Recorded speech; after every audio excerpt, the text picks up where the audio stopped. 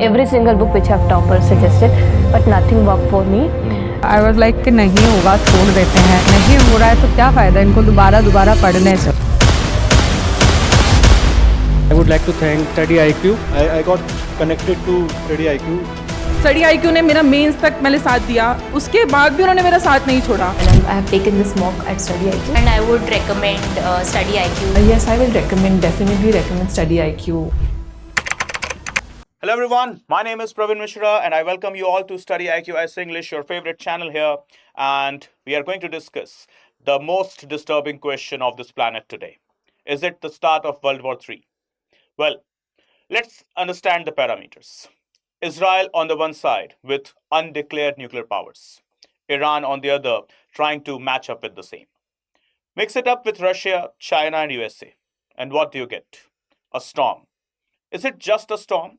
Is it just some regional instability or a conflict between two anti-nations? Or is it the bugle to the Great War that was World War III? Before we start, let's discuss one line here. As stated by one of the greatest scientists, Albert Einstein, that I don't know with what weapons World War III will be fought, but World War IV will be fought with stones and sticks. Well, this is something which is very disastrous, horrendous, horrific altogether. Right? What is happening right now as we are watching the global stages? The coup in Myanmar, the coup in Bangladesh, the conflict between us and Pakistan, a not-so-Pak country, conflict between America and China, conflict between America and Russia, the Russia-Ukraine war, which is ongoing since last 3 years plus, the conflict between Israel and Palestine, and now the very same Israel is in conflict or is in war with Iran. So, Iran, which has already got, some questions against itself when it comes to the Joint Comprehensive Plan of Action, that is its nuclear activation or its nuclear facilities. So the world is set. We talk about African states, Sudan versus South Sudan. We have got, the South African countries like Nigeria, Kenya, Rwanda, and Uganda, and so on. They are already troubled with some radical groups named as Boko Haram. Apart from that, we have seen, we have watched, we have experienced that how Lashkar, Al-Qaeda, Taliban has taken charge of Afghanistan, right? So officially, a terrorist group is a government of a soil that is known as Afghanistan. We have watched how ISIS and ISIL, that is Islamic State of Iraq and Syria and Islamic State of Iraq and Libya, how they have troubled the whole globe. The whole Middle East is burning, and what we are experiencing is now something that is threatening to whole existence of the human race. That is Israel-Iran conflict. And here we have got some information with us. So Iran has launched Operation True Promise 3, right, in retaliation to Israel's rising lion, right? So we have got two names, guys. Remember the Operation True Promise 3 of Iran, and we have got Operation Rising Lion of Israel. Okay, and now what are the things that is troubling here?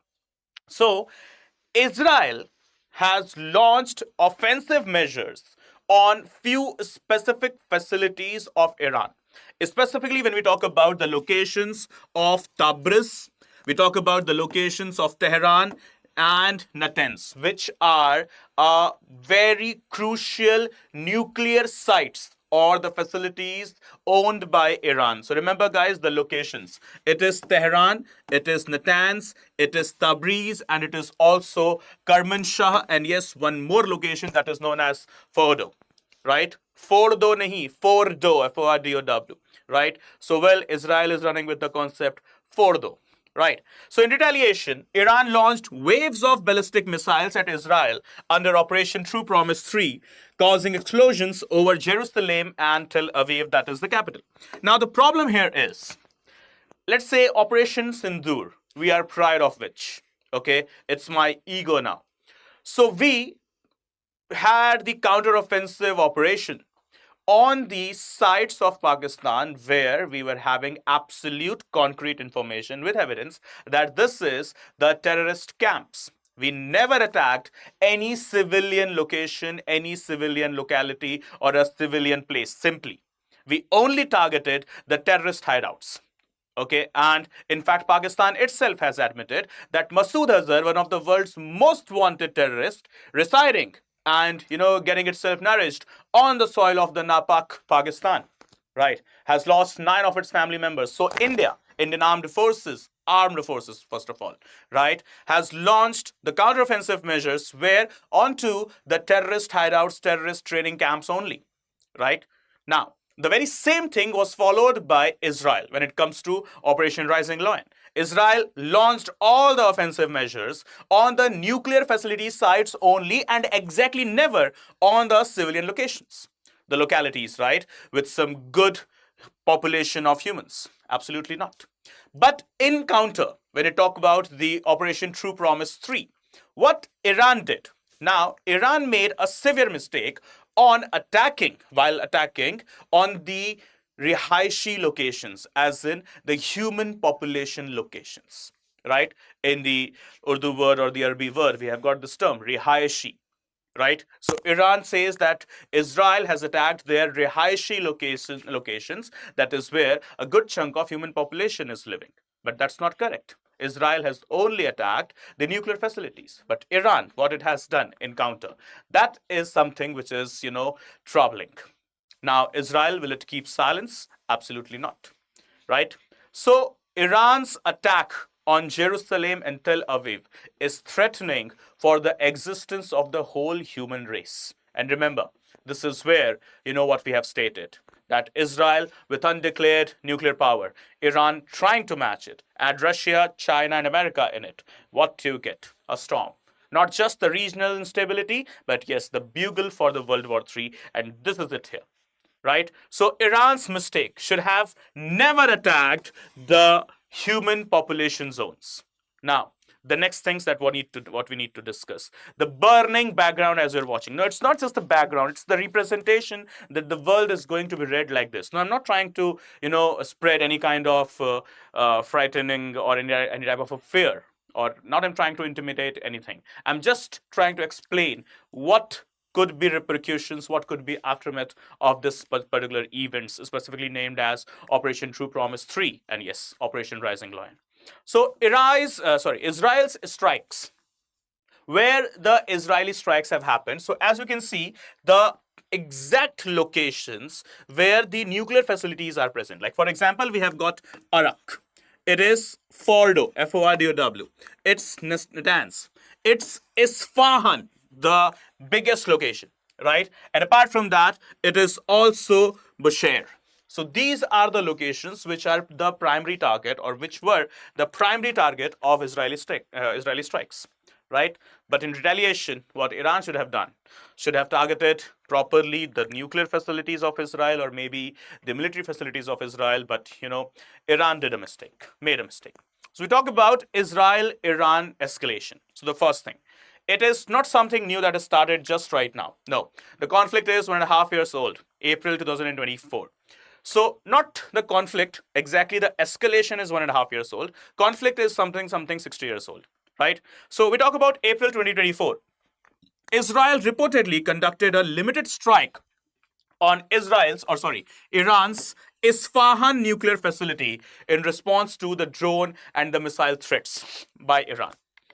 Secondly, this came after Iran's attack on Israeli territories in retaliation for an airstrike on its consulate in Syria. Israel's attack in Syria was not targeted towards Iran's consulate.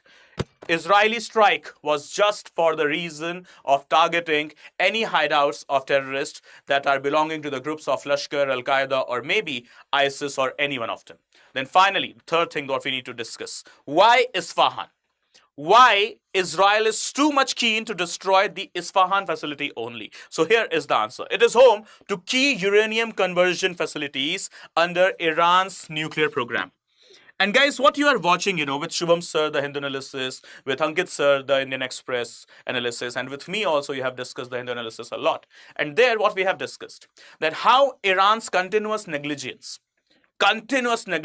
towards the Joint Comprehensive Plan of Action, or probably this popularly known as Iran nuclear deal, Okay, its continuous reluctance and ignorance, and specifically Donald Trump's keenness or very much, interest towards this deal is troubling the whole tranquility, the whole peace of the Middle East. Why? Because US will now come forward with some aggressive measures. Will for sure US will come forward with some aggressive measures to compel Iran to sign the deal and follow the provisions or the protocols of the deal. And for sure, US will use Israel here. And what has been, we have been experiencing. We have been experiencing since last 4 days that Israel has made the counteroffensive measures. Not counteroffensive, but the offensive measures. It's not Israel alone which is attacking. It's back end, okay, at the back end of Israel, there is someone else sitting there that is known as United States of America.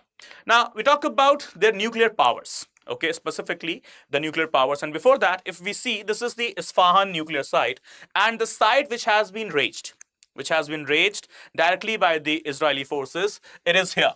So as we can see, so the site recently razed, this is it, okay. Now, what is there in Isfahan? So, as you can see, our zirconium production plant is there.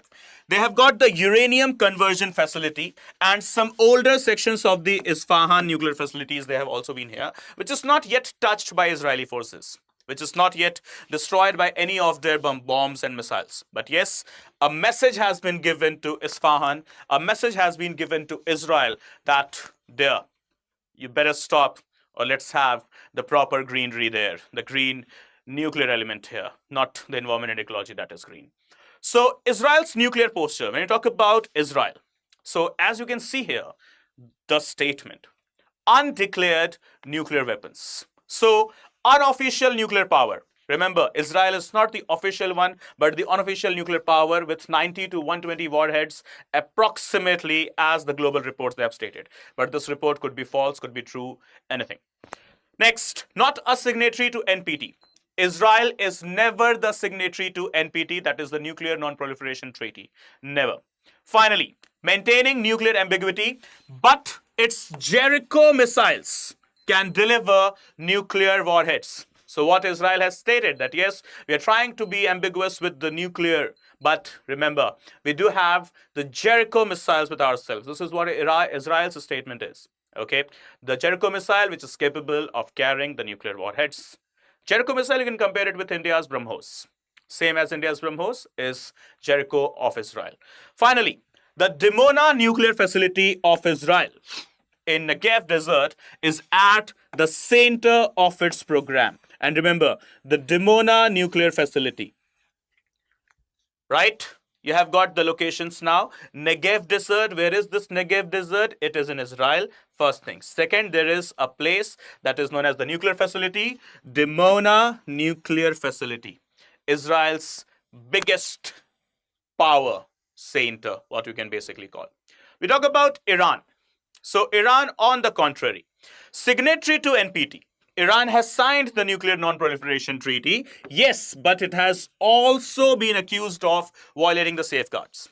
In 2015, P5+1, P5 as in permanent 5, United Nations Security Council 5 members, that is America, Russia, China, France and United Kingdom. +1, that is Germany, they signed a deal with Iran. That is in total, as you can see, 7 partners were there or 7 stakeholders were there. P5, that is permanent 5 as in Russia, America, China, France and United Kingdom. Okay, +1, that is Germany, 6 players here. And the 7th player, Iran itself. So Iran signed a deal with these 6 countries in 2015. Brokered, specifically, it was the brainchild of the former US President Barack Hussein Obama. So Mr. Obama, okay, he introduced this particular agreement, and for which Iran said it's okay in case you are willing to, just abrogate all the sanctions that are imposed on Iran, okay, then Iran is ready to sign the deal. But what has happened? The lunatic personality took charge of the US president throne, that is Donald Trump, who withdrew US from this particular deal in 2018. After the end of the tenure of Donald Trump in 2020, the first tenure, when Joe Biden came into the picture, he reinstated the particular Iran nuclear deal. But yes, not much pace, not much swift was given. In between, what we have encountered in 2021, that Natanz nuclear facility was attacked. But yes, it was not a physical attack, it was a cyber attack, and it's still unknown. The data is still not disclosed, that whether the nuclear cyber attack or this Natanz nuclear facilities cyber attack was coming from Russia, was coming from China, was coming from India, was coming from Pakistan, was coming from America or wherever. But yes, it is true that 2021, the nuclear facility of Natanz was compromised. Okay, and yes, their reactors were not performing quite well. They were, performing in some malified regions, in some malified ways, and yes, it was a cyber attack. For sure, it was a particular incident which could have initiated the World War III in case the compromise to the nuclear facility would have initiated any kind of a missile launch.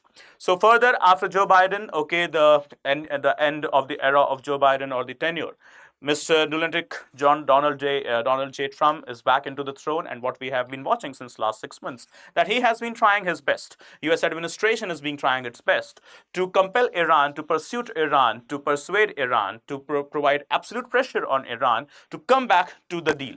But what we have been now watching, Iran is saying, get lost, man, I don't give a damn now. Right? I'm not willing to have any kind of deal with you guys. So this is what Iran has been continuously stating since last 6 months, specifically after Donald Trump has come to the power again. Now, obviously, this is something which is threatening to US and the allied partner, that is Israel. And now what we have been watching, that Syrian consulate attack, the Iranian consulate attack on Syria, was not direct an attack on Iran, but yes, Iran took it as an attack on itself. And hence, it launched the counteroffensives, launched some drones on the territory, on the airtime boundary of Israel. And hence, Israel made the counteroffensives again. And now, after almost 15 months, from April 2024 to here we are in June 2025. So almost, 15 months of the gap. Here what we are watching, that Israel has now directly declared war against Iran. Directly. Right? So this is what the reasons are, the Joint Comprehensive Plan of Action 2015. Okay? So as what we can see, Iran's argument, if Israel has nukes, why can't we have the deterrence? So post-2020, what has happened, Iran has enriched 60% of uranium, very much close to enrich the European up to the weapon grade, that is 90%. So Iran's nuclear facility is right now, as per the official data, we don't know the unofficial one, the untracked one, right? So 60% uranium enrichment has been done in multiple facilities from Fordo to Isfahan as well as to Natanz, right? And now here comes the next thing. So before we discuss the next thing, guys, remember, we have to take the pratigya, that is the commitment towards our goal, towards our target. That is the pratigya UPSC IAS English GS Foundation P2I batch, commencing from when? Commencing from 27th of June. Remember, guys, if you are targeting the UPSC 2027 batch, you want that tag with yourself, that IAS, IPS, IFS, IRS, something with you, right? So you need the most advanced level of study material and the greatest mentors and teachers. And you know it very well when it comes to this prelims, mains, and interview of UPSC. There is just one name that stands aside. That is a StudyIQ. So guys, remember, the Pratigya batch, okay, shall be commenced from 27th of June. It's an evening batch, so timing of the classes shall be 6 p.m. to 9 p.m. onwards. Now, here we go back to the discussion. Why there is a conflict actually between Israel and Iran? So it dates back to almost, you can see here, 1979. So roughly it is a time period of 50-55 years, right? Since this conflict has started. But this conflict is not just one single event. It's a big level of conspiracy. So as we can see, under the Shah of Iran, that is Mohammad Reza Pahlavi, Iran and Israel had strong covert and strategic ties. Why? Both were pro-Western once upon a time in a region that is hostile to the West. Apart from that, oil from Iran supplied Israel discreetly. Then, intelligence cooperation. The intelligence agency of Israel, one of the most powerful one, Mossad, and Iran's, that is known as Stavak, they had quite close connections once upon a time. Then they had some common enemies like Arab nationalism, Nasser's Egypt, Syria, and Iraq. So they had some common enemy. They had got some common friends like the West, right? And apart from that, they were also going ahead with the oil import and export. So once upon a time, okay, when there was no Iranian revolution, as in when Iran was kind of a secular state, not exactly a secular, but kind of a secular state, Israel and Iran were once upon a time a very wonderful friends. Fun fact, in fact, Iran was the second Muslim majority country to recognize Israel's de facto in the 1950s when it comes to the two-nation or the two-nation theory of Israel and Palestine. In fact, at the time, India was not favoring Israel. India was favoring at that time Palestine only. It was not Israel, right? But yes, Iran became second Muslim majority country to recognize Israel as a de facto there into the Middle East. So here is the question for you. Let me know into the comment section. If Iran is the second Muslim majority country, what will be the first Muslim majority country to recognize Israel? Now, the conflict. We talk about the Iranian Revolution of 1979. Here we have got this name, okay, Ayatollah Khomeini, who overthrew the Shah dynasty and established the Shia theocratic regime. And this new regime declared Israel as Little Satan and USA as Great Satan, as Iran's ideology became anti-Zionist as in simply anti-Jews, and pan-Islamist. Support began for Palestinian resistance and anti-Israeli groups, especially Hezbollah in Lebanon. They were supported directly by Iran, right? This is something, we will discuss in some detailed session later on, that this Israeli overthrow of power and the rise of Ayatollah Khamenei was discreetly, indirectly supported by two major powers of the time that are still the major powers and that shall remain the major powers for the next couple of decades in case the earth survives. That is named as Russia and China. So here we have got this concept, Hezbollah, Hamas, and the proxy war politics. So Iran funded Hezbollah in Lebanon, Hamas in Gaza, and other Islamic jihadi groups. Like Iran is one of the major investors or the funder, or what we call as trustee, to the groups like Lashkar, Al-Qaeda, this Mujahideen groups, and apart from that, we have got the Taliban. That is, these are some groups, and the consortium of these groups, that is ISIS, Islamic State of Iraq and Syria, they have got direct fundings and direct support of arms and ammunitions, as well as other monetary and some type of materialistic support from Iran directly. Then further, these groups, they are Israel's most hostile non-state enemies. So obviously Iran, if you are going to support terrorist organizations, neither India, neither Israel, neither no other country will come and support for you. Remember why it is the bugle of World War III and why still it is just the bugle and not the spark. Because so far, even 4 days have been passed of this conflict has started. Russia has never given any statement yet. No statement from Kremlin has come yet in favor or in oppose of Israel or Iran, something like that. We know very well that Iran and Russia, they are very, very good friends. They both are adversaries to America. They both have been sanctioned by America in the name of CAATSA, that is countering America's adversaries through Sanctions Act. But right now, what we are watching is a threat that in case Russia enters in favor of Iran, America will direct intervene into this war. Russia will drag China with itself, and America, along with Israel, will drag all the satellite states and other partner nations. And this will be now the end, right? So Iran uses finally the proxy warfare to avoid direct confrontation, but keep Israel under pressure, right? So this is how the things they have been going on. And this is where we need to understand. So we have done a very comprehensive level of discussion. We have understood majority of the factors, and I hope many of the things that were confusing to you in nature, those confusions, they have been washed away as well.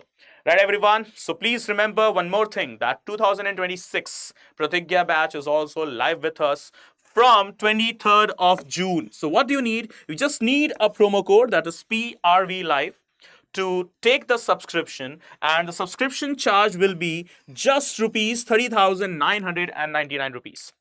Remember, it will be the morning batch, okay, commencing from 23rd June. Class timing will be 8 a.m. onwards. Okay, guys, and before that, before you leave, please do not forget to subscribe to our StudyIQ IAS English channel. As you know, the channel is providing you always the concrete study material, and for any such PDFs and class updates, you can connect with me on my Telegram channel, that is study_with_Praveen. But before that, guys, do not forget to hit the subscribe button, and apart from that, whatever doubts you have, you wish to connect with me and want me to address your doubts, so you can ping me on my Instagram account, that is named as Praveen Mishra _2107. Okay, thank you so much, guys, for watching. Have a great day ahead. Bye bye. See you soon. Take care. Study well. Jai Hind. Jai Bharat. Every single book which have toppers suggested, but nothing worked for me. I was like कि नहीं होगा छोड़ देते हैं, नहीं हो रहा है तो क्या फ़ायदा इनको दोबारा पढ़ने से. I would like to thank StudyIQ. I got connected to StudyIQ. StudyIQ ने मेरा मेंस तक मैंने साथ दिया, उसके बाद भी उन्होंने मेरा साथ नहीं छोड़ा. And I have taken this mock at StudyIQ. And I would recommend StudyIQ. Yes, I will recommend, definitely recommend StudyIQ.